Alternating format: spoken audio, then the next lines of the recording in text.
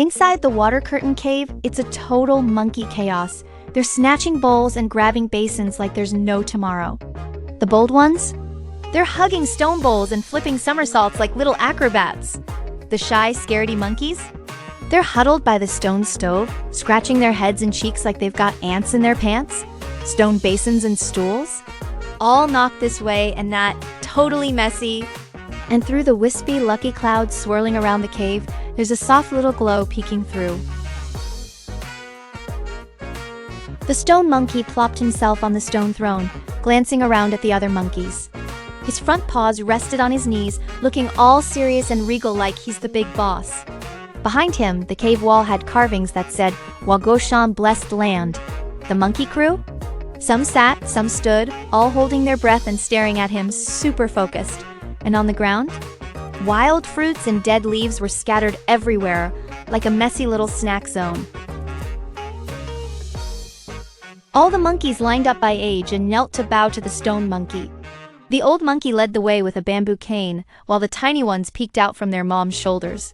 The stone monkey had a crown made of wild fruits on its head and a cloak made of bamboo leaves draped over its chest, total vibe of a big shot.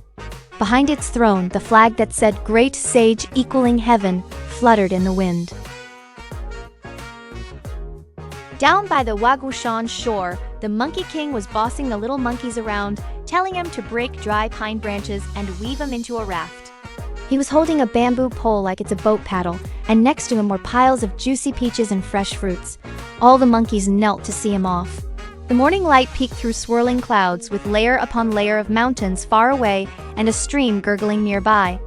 The Monkey King yelled, "Grab some dry pine branches for me, weave them into a raft. Grab a bamboo pole for a paddle, and pack some fruits too. I'm off." The Monkey King hopped on the raft all by himself, then heaved the bamboo pole with all his might to sail out to the sea. Fruits on the raft went rolling every which way, and his headscarf got flipped up by the sea wind.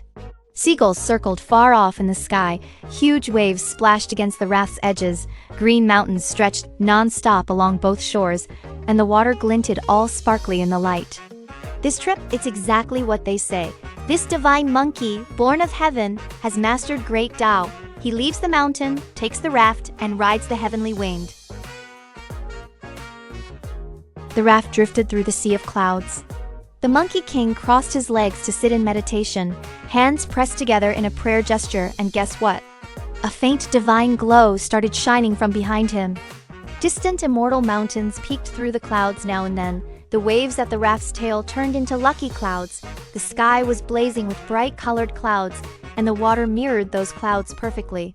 He's sailing across the ocean to find the immortal way, determined to focus hard and achieve great things.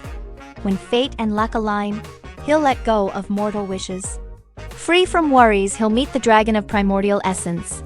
Sure enough, he's bound to run into someone who gets him, and once they spill the beans on his origins, all the ways of the world will make sense. The Monkey King was wandering around Chengcheng in the southern Jambuvepa continent. Rocking a plain cloth outfit, he blended right into the crowd. In the background, you could spot beacon towers and caravans coming and going. His eyes had this mix of curiosity and letdown vibe. He thought to himself, I've been hunting for immortal masters for years, but all I run into are regular folks. Come on, are immortals that hard to bump into? Monkey King plopped himself down on a rock by the Western Ocean. Staring at the waves going wild, he twirled a bamboo pole between his fingers, while seagulls circled way off in the distance.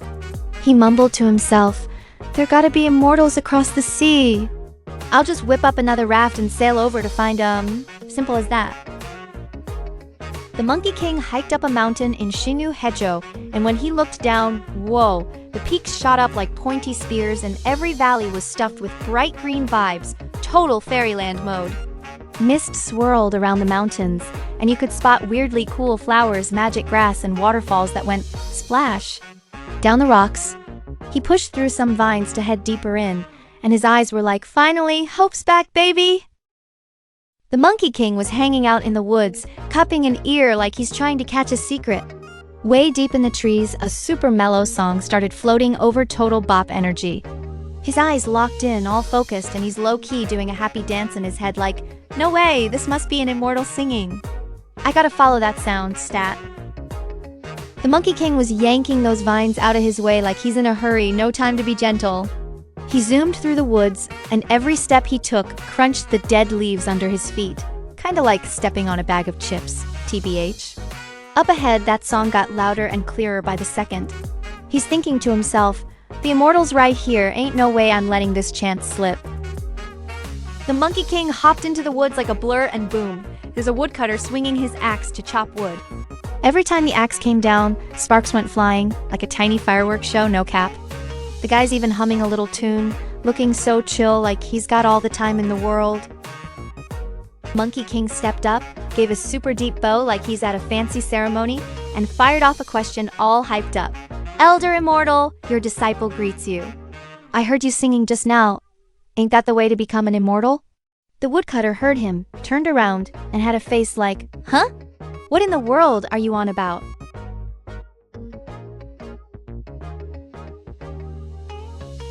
The woodcutter set down his axe and chuckled. Nah, I'm no immortal, just a regular guy who chops wood for a living. That song? Taught by the Bodhi Patriarch up in the mountains. Dude lives in the 3-star cave on Lingtai Square Inch Mountain. When the Monkey King heard that, he got so hyped he could have done a backflip. Oh, so that's how it is. Come on, please tell me how to get to that immortal mountain. Pretty please.